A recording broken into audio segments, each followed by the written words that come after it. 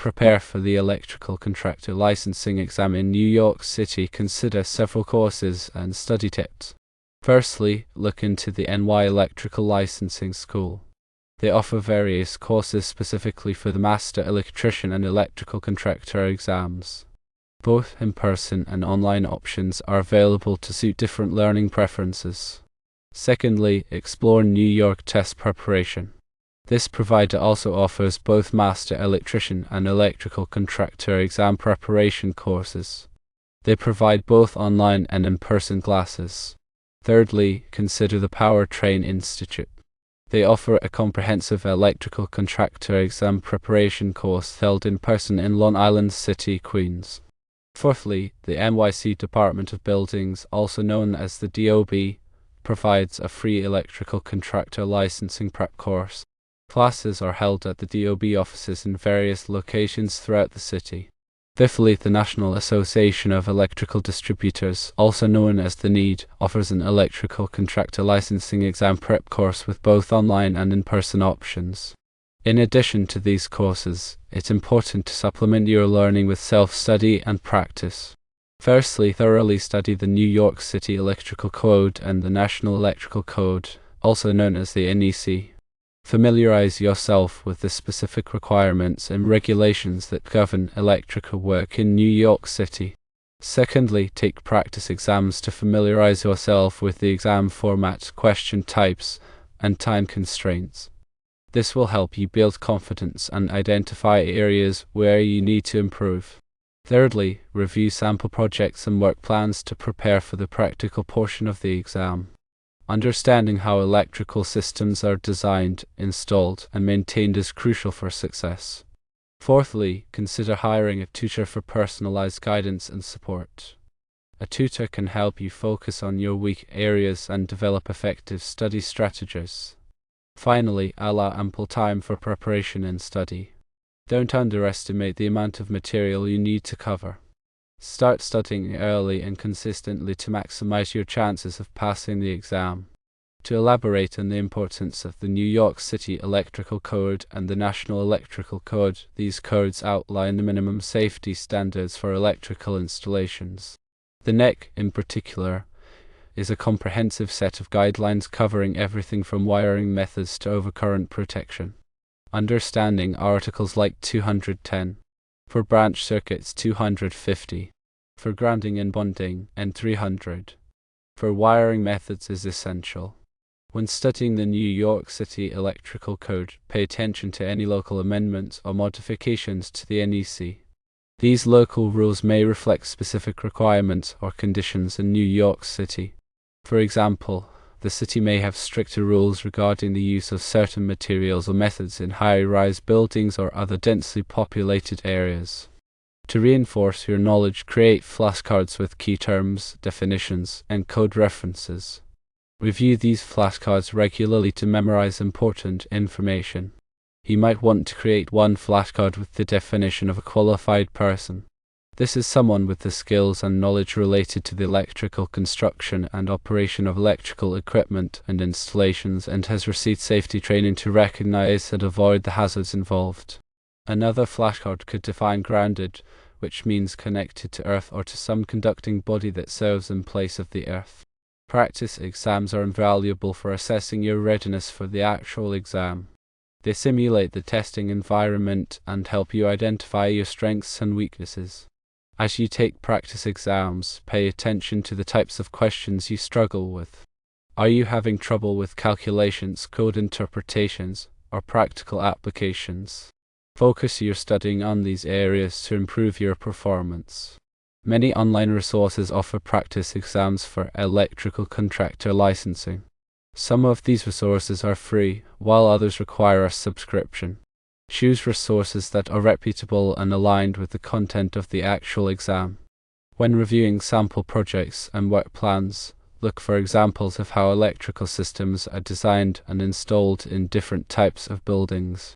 Pay attention to the sizing of conductors, the selection of overcurrent protection devices, and the grounding and bonding methods used. For example, a typical residential project might involve designing a panel board layout, calculating the load on each circuit, and selecting the appropriate wire size and breaker size for each circuit. A commercial project might involve designing a lighting system, a power distribution system, and a fire alarm system. Understanding the different types of electrical equipment and how they are used in various applications is crucial for success. Familiarize yourself with equipment such as transformers, generators, motors, motor starters, and control panels. To further illustrate the importance of understanding code requirements, consider the rules for installing ground fault circuit interrupters, known as GFCIs. The NEC requires GFCIs in certain locations to protect people from electric shock hazards. These locations typically include bathrooms, kitchens, outdoor areas, and other areas where water is present. Understanding the specific requirements for GFCI protection is essential for ensuring safety and compliance. Another important aspect of code compliance is the proper sizing of conductors. The NEC specifies the ampacity of different types of conductors based on their size, insulation type, and installation method. Using undersized conductors can lead to overheating, insulation damage, and even fires. Therefore, it's crucial to understand how to calculate the ampacity of conductors and select the appropriate size for each circuit. Overcurrent protection is another critical area of code compliance. Overcurrent protection devices, such as circuit breakers and fuses, are designed to protect electrical circuits from overloads and short circuits. The NEC specifies the maximum allowable overcurrent protection for different types of circuits and equipment. Using overcurrent protection devices that are too large can allow excessive current to flow, leading to damage and potential hazards. Grounding and bonding are essential for ensuring electrical safety and preventing electric shock hazards. Grounding provides a path for fault current to flow back to the source, allowing the overcurrent protection device to trip and energize the circuit. Bonding connects all metal parts of an electrical system together to create a lower impedance path for fault current. Understanding the requirements for grounding and bonding is crucial for preventing electrical shock hazards. When studying for the exam, create a study schedule and stick to it. Break down the material into smaller, manageable chunks and allocate specific time slots for studying each topic. Avoid cramming the night before the exam, as this is unlikely to be effective. Instead, focus on reviewing the key concepts and practicing sample questions. Get plenty of rest and eat a healthy meal before the exam. Being well rested and nourished will help you stay focused and perform your best. During the exam, read each question carefully and make sure you understand what is being asked. If you are unsure of the answer, eliminate any obviously incorrect choices and then choose the best answer from the remaining options. Don't spend too much time on any one question.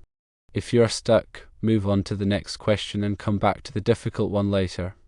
Review your answers before submitting the exam to catch any errors or omissions. By following these tips and strategies, you can increase your chances of passing the electrical contractor licensing exam and achieving your professional goals. Remember to stay focused, persistent, and committed to your studies, and you will succeed. Consider topics such as understanding how to calculate voltage drop in electrical circuits. Voltage drop is the decrease in voltage along a conductor due to the impedance of the conductor. Excessive voltage drop can cause equipment to malfunction or operate inefficiently. The NEC specifies the maximum allowable voltage drop for different types of circuits. To calculate voltage drop, you need to know the length of the conductor, the current flowing through the conductor, and the impedance of the conductor. The formula for voltage drop is voltage drop equals current times impedance. When designing electrical systems, it's important to minimize voltage drop by using appropriately sized conductors and keeping circuit lengths as short as possible. Also consider understanding how to perform load calculations for electrical services and feeders. Load calculations are used to determine the size of the electrical service and feeders required to supply a building or facility. The NEC provides detailed guidelines for performing load calculations.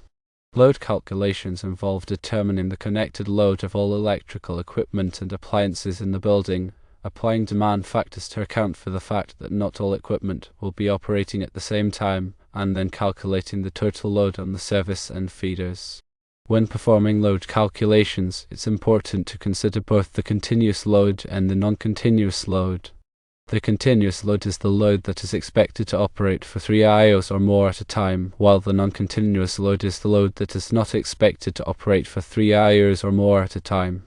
The NEC requires that the continuous load be increased by 25% when calculating the size of the service and feeders.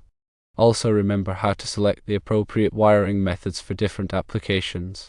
The NEC specifies different wiring methods for different types of applications. Wiring method refers to the type of cable or conduit used to run electrical conductors.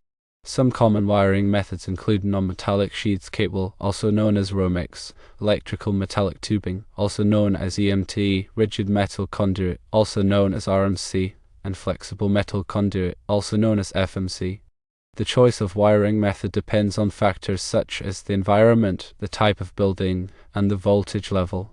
For example, non-metallic sheath cable is commonly used in residential buildings, while electrical metallic tubing is commonly used in commercial buildings.